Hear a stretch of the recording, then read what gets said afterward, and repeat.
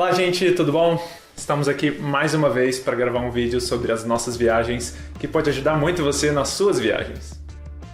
Então hoje a gente vai falar um pouquinho da experiência que a gente teve no Vietnã. O Vietnã, que pra gente era um país conhecido basicamente em razão da guerra do Vietnã, a gente sabia que ele estava ali no Sudeste Asiático. E o Vietnã é um roteiro super comum para os brasileiros que vão também para Tailândia, assim, muita gente faz essa casadinha, né, Vietnã-Tailândia. A gente passou 3 semanas no Vietnã, em outubro de 2014, e a forma que a gente chegou ao Vietnã foi cruzando uma fronteira por terra do Camboja, com uma empresa de ônibus, que depois a gente deixa o detalhe para vocês. Foi super baratinho, assim, chegar lá. Mas uma outra forma, e uma forma para quem tem menos tempo na viagem, é fazer o trecho aéreo, né, voando diretamente da Tailândia. Então um voo de Bangkok, tanto para Hanoi, né, que fica mais ao norte, quanto para Ho Chi Minh, que também é conhecida como Saigon, que fica mais ao sul do Vietnã, custa aí na faixa de 70, 80 dólares, né, o trecho.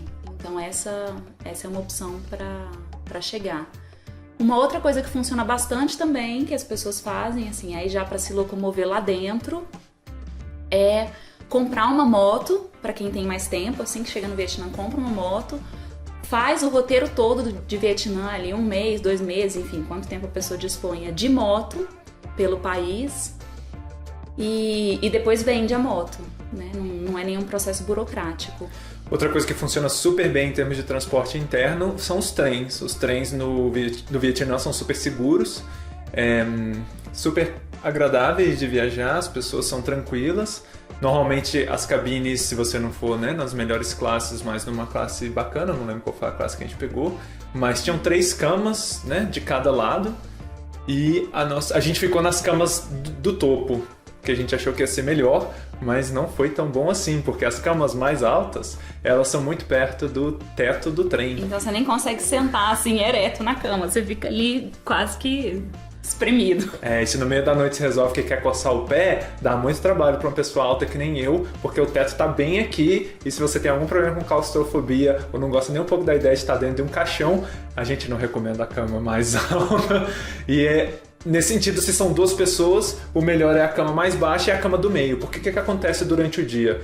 Isso é normal, todo mundo vai fazer isso. Durante o dia, eles fecham as camas do meio e as pessoas sentam nas camas de baixo. Então as pessoas vão sentar na sua cama.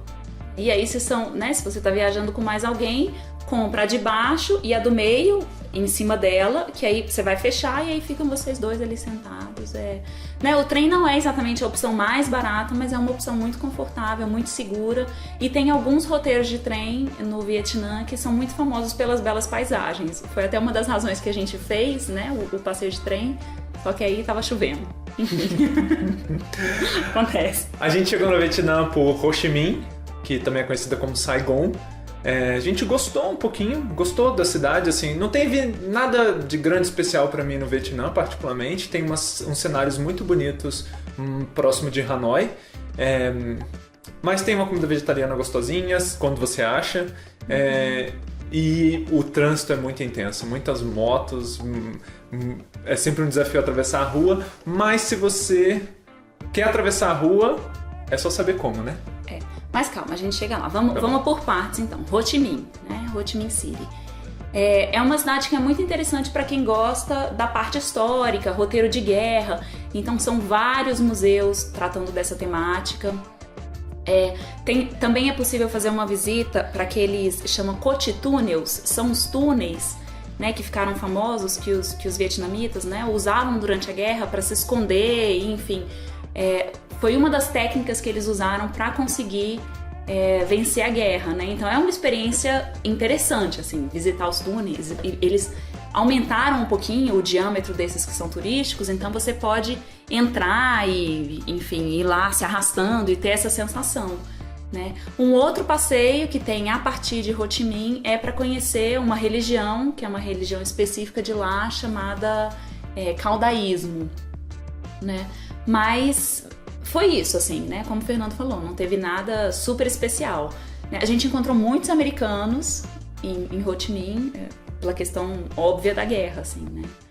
De lá a gente foi para Dalat, que é uma região mais alta do Vietnã, no centro do Vietnã, e a gente adorou Dalat. Ela é pequena. O que a gente mais gostou, na verdade, é porque lá tem um centro de yoga do Shivananda, e a gente passou uma semana lá e foi super gostoso. O centro é gerenciado, coordenado, conduzido por uma vietnamita, e essa foi a parte mais especial, porque ela cozinhava comida vietnamita vegetariana todas as noites, que era uma delícia.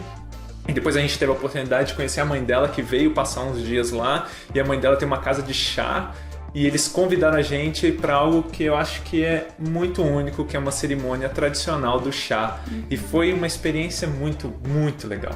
Então foi uma coisa assim, bem fora do roteiro turístico tradicional, né? E que pra gente adicionou, assim, foi definitivamente um dos pontos altos da nossa viagem, foi sair um pouquinho desse roteiro. Então, se você gosta de yoga, tá aí uma dica, né? É um centro de yoga que é relativamente barato, assim, comparado com se você for fazer retreats, né, nessa área de yoga, é muito mais barato e foi uma experiência única.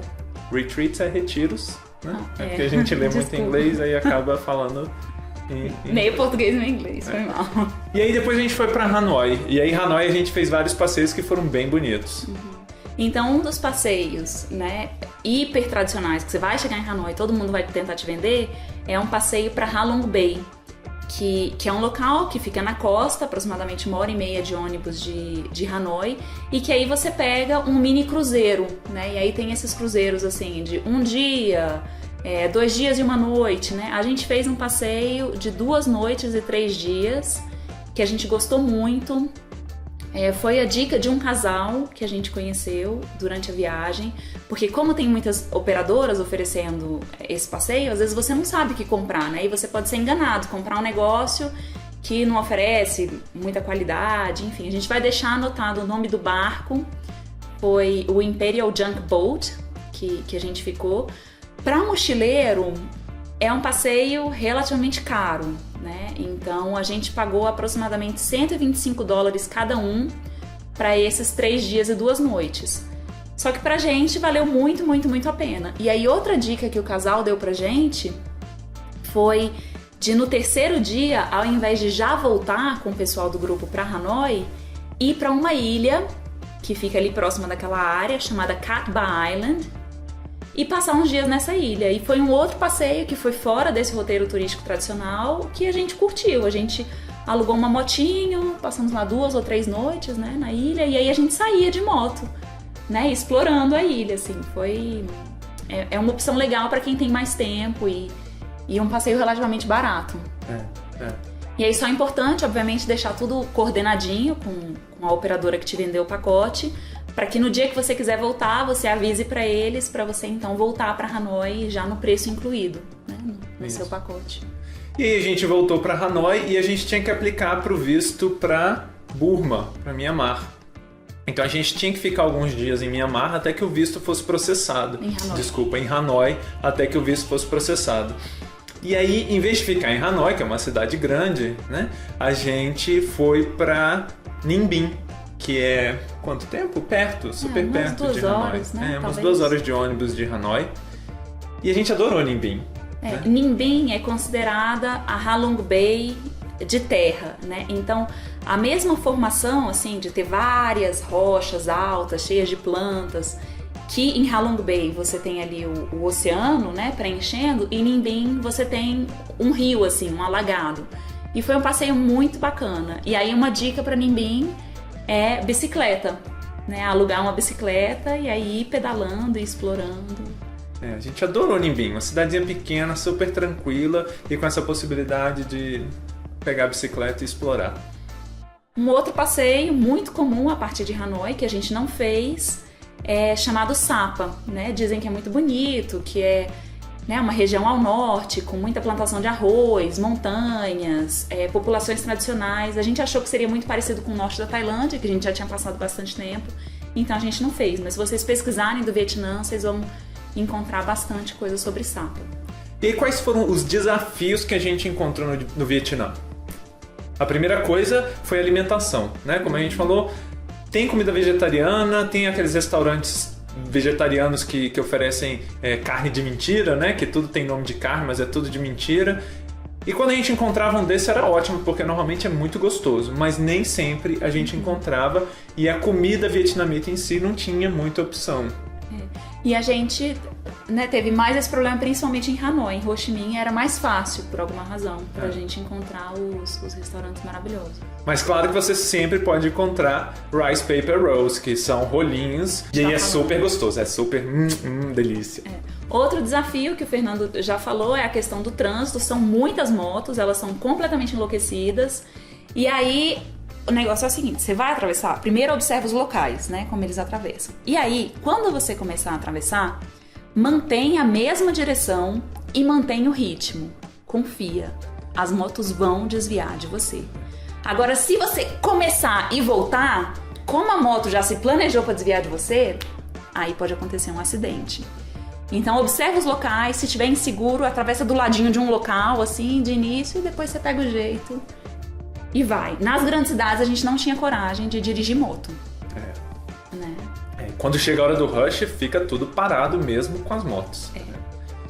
E aí, a gente... Foi o primeiro lugar na Ásia que a gente teve, assim, uma sensação de que não era tão seguro. Mas isso lá em Ho Chi Minh, né? Porque toda vez que a gente ia sair do nosso hotel, o rapaz da recepção, ele dava uma checada na gente, assim, vendo se não tinha nenhuma bolsa que desse pra puxar. Às vezes a gente tava com uma pochete. Então, se não tinha nada que desse pra alguém passar na moto e carregar. Porque aparentemente, né, não aconteceu com a gente também não conheceu pessoas que disseram, me roubaram a mala, mas eles dizem que isso acontece, que você tá ali com a mochilinha e vem alguém com a moto e arranca e leva. Enfim. A hospedagem é um pouco mais cara que na Tailândia, mas também não é muito cara assim, né? A gente fez couchsurfing lá em Hanoi, que foi muito bacana. E o pessoal lá no geral fala inglês, assim, você encontra pessoas que falam inglês, então você não vai ter problema com a questão da língua se você fala inglês. E aí, em termos de planejamento financeiro, né? Como é que foram os custos da gente médios lá no Vietnã? Então, hospedagem, a gente não tem muito como dar esses dados de média para vocês, porque a gente usou Couchsurfing, a gente trocou umas milhas que a gente tinha na American Airlines por hotel, né? Enfim, a gente fez o cruzeiro, que foram ali 2 noites, então esse dado, infelizmente, a gente vai ficar devendo. A alimentação foi uma média de $7 por dia para nós dois. O transporte interno de $8 a $9, e aí inclui táxi, ônibus, trem, aluguel de moto, a gasolina.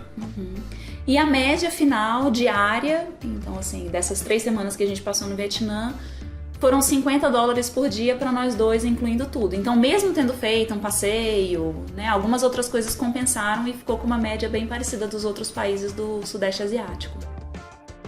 É isso. É isso, esse é o Vietnã, essa nossa experiência com o Vietnã. Vamos cantar a música? Qual música? Era um garoto que como eu. Tchau pra lá, gente. Um abraço. Até o próximo.